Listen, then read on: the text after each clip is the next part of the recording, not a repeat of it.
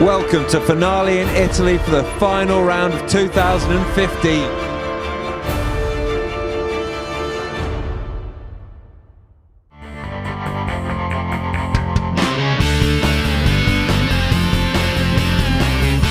It's been a long season with some hard-fought battles, but we now find ourselves in the magical Finale Ligure in Italy for the final round of the Enduro World Series in 2015.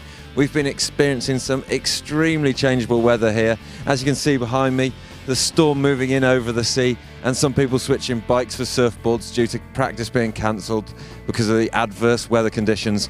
One thing though that has been incredibly consistent are the performances of Tracy Mosley and Richie Rude, the current series leaders. Tracy having claimed 6 out of 7 rounds this year and Richie coming in clean off a hat-trick at the last 3 events. Well, Richie, we're on the eve of the final round of this year and you're looking in really good position to take the series. What's it mean to you to be in this opportunity?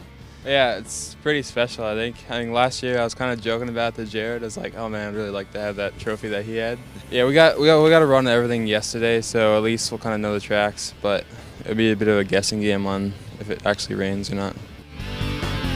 So Tracy, the 3rd world title is sort of on the horizon really here. What have you got to do to be able to win it this weekend? I think pretty much I need to finish basically inside the top 30. I think is roughly the math. So yeah, I mean it sounds like a very achievable goal, and hopefully it is. And after seeing you last weekend with the biggest backpack I think we've seen anyone riding with, you got the wheel chewing rig in there, the workbench this time? No, I think it'll be the same again. Yeah, just trying to make sure I've got everything in it. You know, I have to finish this race, so you know everything that I can do to make sure that happens.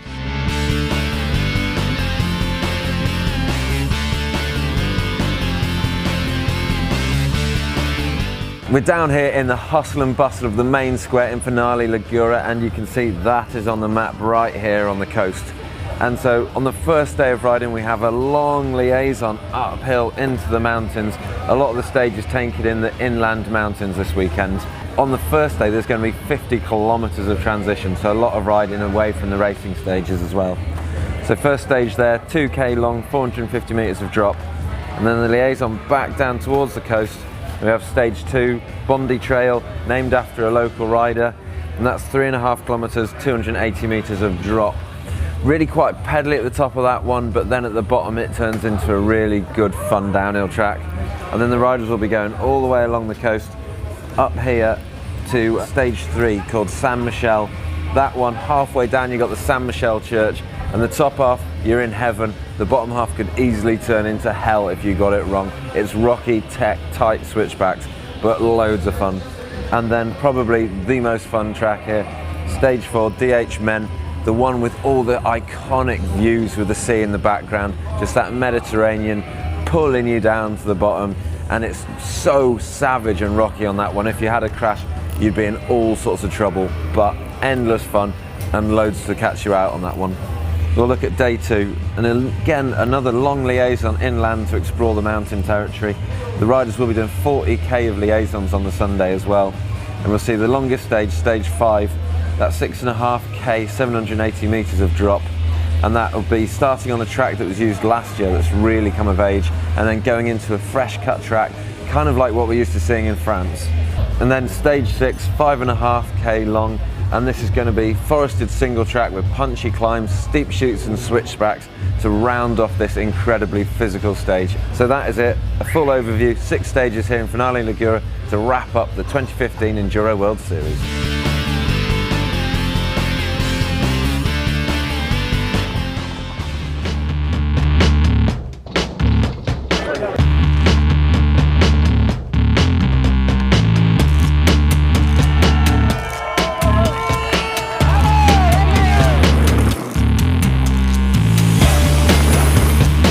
It would be amazing to win that 3rd title, but still 2 days of racing in Finale. Solid lead with points and stuff, so yeah, pretty amped at the moment.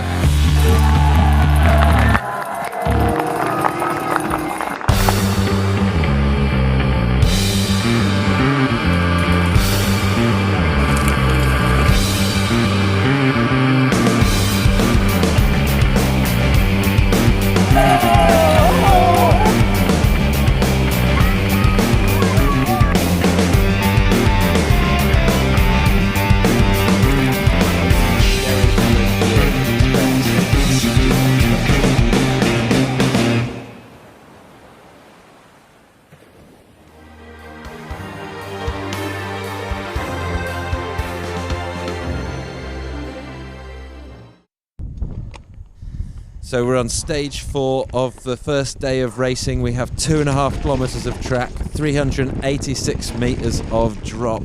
And you can see already, look how rocky it is. There's so much loose rock on the surface of this, and some little ruts creeping in there already from some of the riders coming down. And then we've already got a bit of a pedal here to move across the top section of this hill.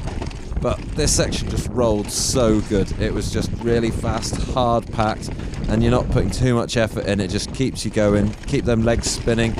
Some of the boys will be stood up sprinting this one, but I was just sat down chilling. And then we turn into a bit more of a descent, and already you can start seeing the bedrock coming out and some nice big rutted corners. This track is so fun, so much loose stuff on the surface that you're just drifting around. Absolutely brilliant. And the whole time you're on this, you can just tell that coming up, as soon as you get over this brow, it starts to get more serious. This stage is called DH Men, and this is the part where it starts to get more and more DH. And just these gullies here, you can see just covered in so much loose rock lying about. And this section, you have to remember to brake into it, because you've got to cut out of this rut there. And you can see me stalling and messing that one up. Not a very good show there. And see, stalling again here. You've just got to keep your pace going, but now this starts to get more downhill, so you can just use that gradient to your advantage. And this bit, you're just shooting through this. It's like you're on a roller coaster. Back, left, right, a little bit along the top here. Just keep your pace going. And then look at that, a little bit of a drop. These loose corners, you can just hear them underneath the wheels just drifting about. You think you can let the bike sort of turn out, but every moment you're just wondering whether it's going to come back when you want it to. And now here we get into the really jagged stuff. And when I was doing this run, 2 people pushing up the track there, I didn't think I was going to be able to brake, because it's so hard to brake on this stuff. It's just slipping around underneath you. They were lucky to escape that one from my wild riding. And then here, cutting back on yourself. Some of these bits getting a bit cut and worn out during practice, so it'll be interesting to see how it changes, because it is so loose. And then now this bit, it's hard, don't know whether you can tell on it, but it is just so steep. You're just hanging off the back of the bike, trying to brake for these corners. And you're getting rougher and rougher through practice, and there's gullies running through it, and you're not sure which gully to be on. One of the photographers is there, scootering all day. They'll be having fun out on the tracks. And then now, a little bit traverse across the right of the hill, a nice left, and this is into the final straight. You just got to keep high left on this off camber the whole way down. On the bedrock, way more grippy. And then here, I just got a little jump line, a little bit smooth there, just before the finish line. And you can see Matty Lahikinen there, also doing a bit of practicing. Absolutely loved that. What a great track to round off the first day of racing here in Finale. If you can find that leap of faith, then let the games begin.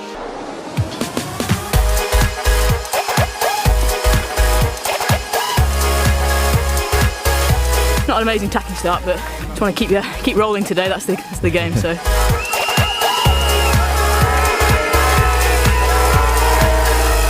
That's what we call the perfect way to finish the day. 7 seconds isn't much of a lead, so it's full gas, you know.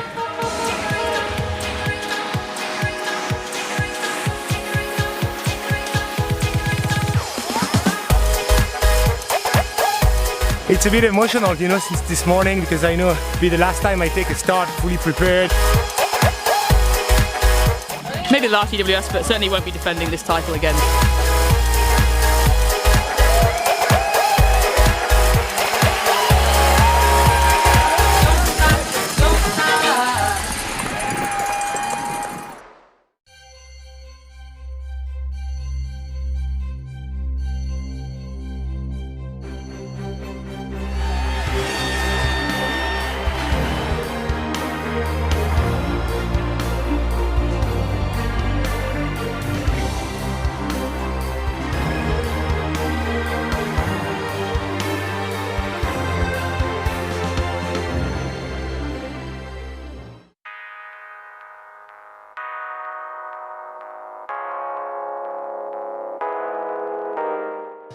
It's Saturday morning here in Finale Ligure and we're just about to set off for the first stage of racing. Unfortunately, due to the high winds and torrential rain yesterday, the first stages had to be cut. So we're down to 5 stages over the weekend and that's 3 today. So we'll be starting on what was stage 2 down by the coast, and we see the riders going off behind me for what is going to be a hell of a challenge. We may not have the sweltering heats that we're used to here in Italy, but we've certainly still got the amazing terrain.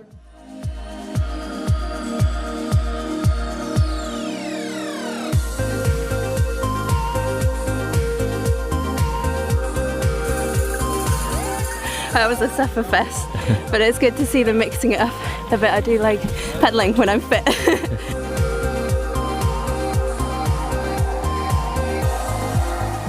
We get the stages a little bit flat, so I thought I could really beneficiate for some tighter outfit. I agree the Italians just love the fashion. They're probably, I think it's Italian approved.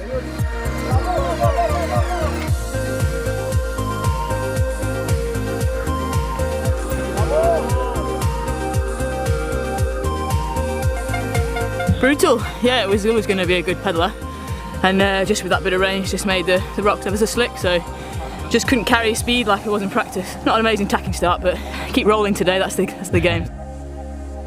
With lots of pedalling, the physical first stage is a controversial start, but it's former world champions Clements and Graves battling at the top, whilst potential champion Ruud is in 8th. Defending women's champion Mosley takes the early stage.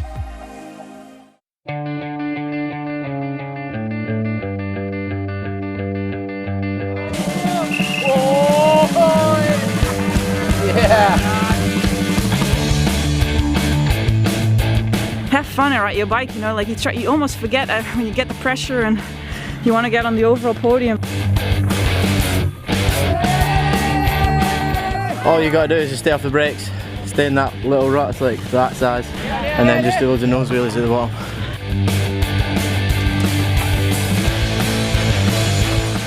Big bird! It's crazy up there, it's so cool. Perfect. Now stage 4, full gas.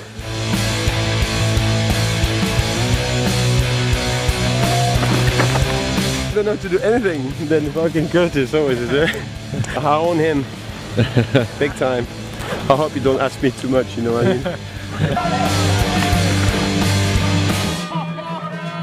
mean? Mosley takes it steady in 3rd as Ravenel takes the stage win and goes into the GC lead by 2 seconds. Ruud seems to be manipulating his speed. 8th again, Burrell is enjoying his last proper race with a stage win.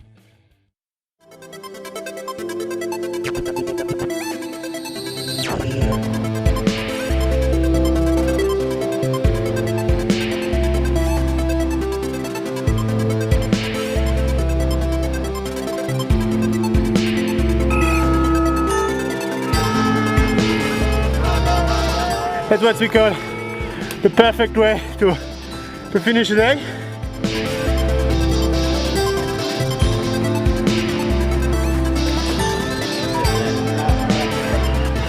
Yeah, definitely better. But yeah, it was actually good fun. There's a nice crowd up there, so it's all good, right? Good fun, yeah? Really hard all the pedaling parts at the start. And then you're full of acid and you commit in all those rocks, really techy and hard to see the line.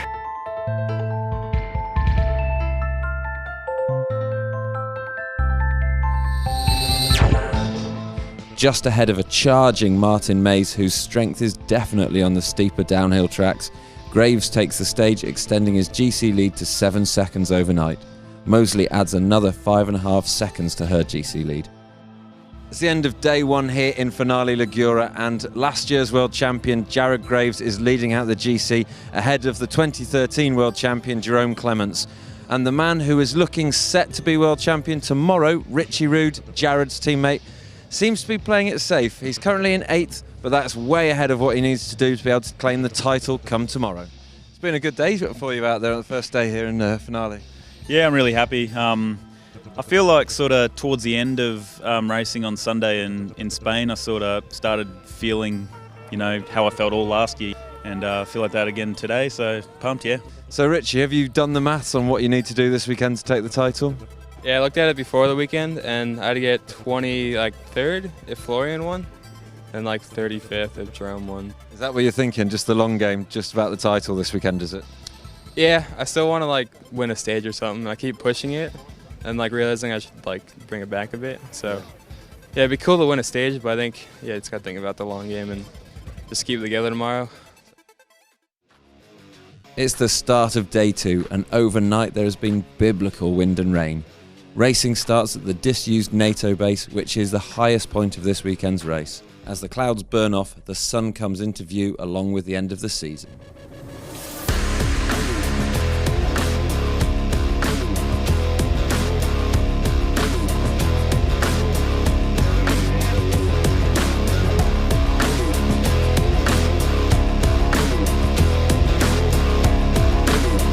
Seems like I still have a bit of a gap on Isabel. That's gonna be my main thing now. She's the one that's in front of me in the overall. Really want to get on that podium. I'm really close to Tracy, but I know she's better than me when the ground is slippery. 7 seconds isn't much of a lead, so it's full gas, you know. I guess my bike's here if he really needs something. It's a long season and he's worked hard, and for me to give up one race for that, I think I would.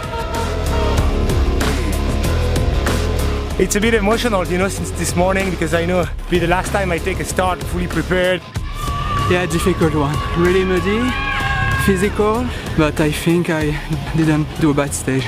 It's an all-French top 4, with Vulio winning the stage, whilst Graves, who would give it all up to help teammate Rude win the championship, finishes in 15th, making it hard for himself in the GC as he slips back to 3rd behind Vulio and Clement. Mosley racks up yet another. Barring disaster on the final stage, she has the race and the series in the bag.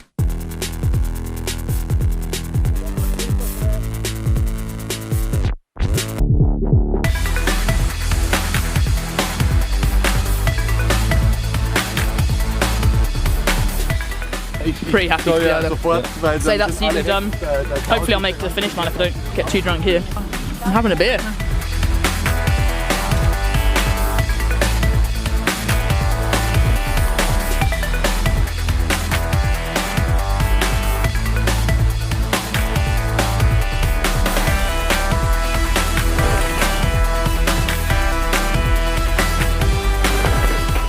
Pretty nerve-wracking with weather and stuff, and then knowing how hard to go, but just a big sigh of relief, really, just to actually get it and not screw something up.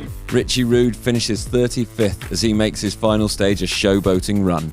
Martin Mays claims the final stage of the year, despite it requiring a lot of horsepower. If he hadn't lost so much time to Graves on the first physical stage, he could have had a real shout at taking the GC of the final race, as could have Burrell. But it is the Australian defending champ Graves who takes 2nd and makes enough time on Vulio and Clement to take the race win.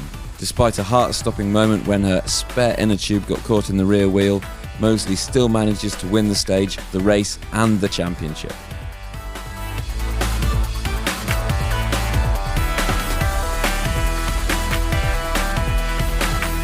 Jared Graves is back to winning ways after missing the first 3 rounds.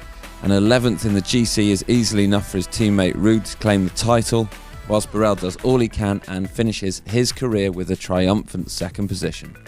Tracy Mosley wins yet another round, making it 7 from 8. Ravenel chases her to the last, and Ines Toma claims her first podium. Isabeau Corduria has been suffering from a stomach bug, leaving her in 10th and dropping her back in the series. With the same stomach bug as his teammate, Florian Nicolai's weekend was a disaster, finishing in 23rd, dropping him back to 4th in the series as Fabien Burrell jumps up to take that 2nd position. 2013 champ Clements maintains a solid 3rd. The moment, however, belongs to Richie Rude. Already having a junior downhill world champs to his name, he takes the EWS title in only his 2nd year of trying. Borelli's recent brace of 2nd places pushes him up into the top 10. After dominating all year, Tracy Mosley signs off with the deserved 3rd world title. With Ravenel, Beerton, Corduria and Toma close in the top 5, it shows there will be a strong battle next year. The team rankings remain unchanged from the previous round, but it is Canyon who prove they have it till the last, adding another trophy to Fabien Burrell's final haul. Despite a disappointing day for Isabeau and Florian, Rocky Mountain hold on to 2nd place.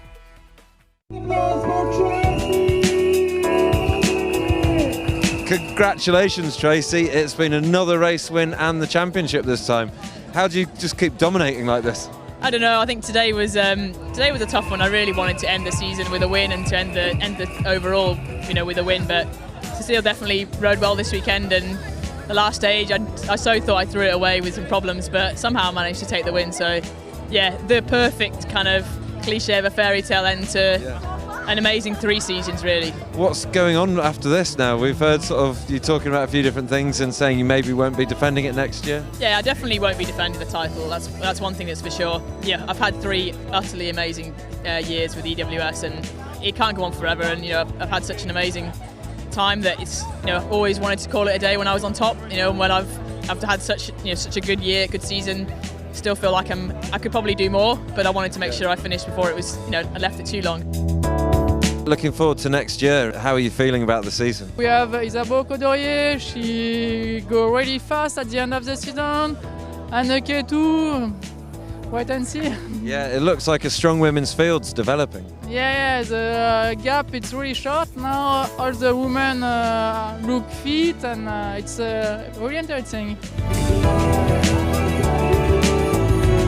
Sometimes you think the injury was probably the good thing to happen for the season, because it just really made me realise how hungry I am for race results and that sort of stuff. So 2 weeks off the bike and I'm a nutcase, so I can't wait to get back on it. Richie's coming out to stay with me again this off season, so get some good training in and get ready for the first rounds next year. When you came into Enduro, did you think you'd be standing here Enduro World Champion? I mean, it's always kind of a dream of mine to be Enduro World Champion, but it was always like a dream, but I didn't think it would happen second year. And your final stage today was probably one of your slowest all year, was it? Was that just a case of making sure you got it in the bank? Yeah, I kind of knew at that point after stage 5 that I think I had it in the bag, so I was just kind of had a little fun. Great result for you at the end of the season, coming in 3rd today and then 3rd overall in the series. Yeah, that is more than expected. I was 4th before Spain and Italy, and I know Fabian and Nico are really fast here, so we can see that the level is getting higher and higher. You see Johan Barrelli is pushing, Martin Maes, Jared is coming back, there is young kids coming up like Jesse Melamed, Mark Scott, all these guys. The level is going to be harder every year, and I'm part of the old guy now, so it's not easy to keep on with this dude. As well as Tracy Mosley announcing that she won't be defending her title next year, we also see Fabien Barrel, a 2-times downhill world champion, announcing his retirement from the sport, going out on a high with a 2nd in the series and at the race this weekend. So Fabien, I've got the t-shirt on. What's it telling us? Well, 20 years of racing, 1995 all the way to 2015. And well, after that day of racing, I'm really happy to say that I think I've been committing today like I was doing back in the years. So it was definitely good. Are we still going to see you around the race circuit then? What's up next for you in your life? Well, for sure, I still be in the industry. I'm passionate by what I'm doing, and I definitely want to stay involved. All the experience that I've been developing in those years, hopefully I'll be able to share it with people. The future years are definitely going to be very exciting for me, and still part of the industry and still on the bike, even if I won't be on the racing side. So as we see some world champions retiring, we see a new one crowned in Richie Rude. The big wheel keeps on turning, the Enduro World Series globe continues to spin on its axis as we look forward to 2016.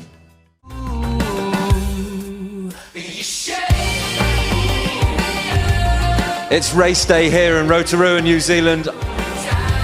Battle of the Titans. And Caroline Chausson taking the win. We're about an hour's drive south of Dublin here in Wicklow. Yeah, this is unbelievable. Can't describe it. I've got to say, Tracy looking more comfortable this weekend.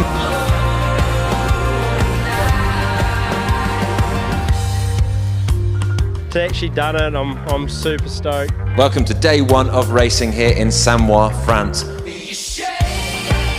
Real happy to have come away with the win. I was thinking, oh man, I got to chase this legend in front of me.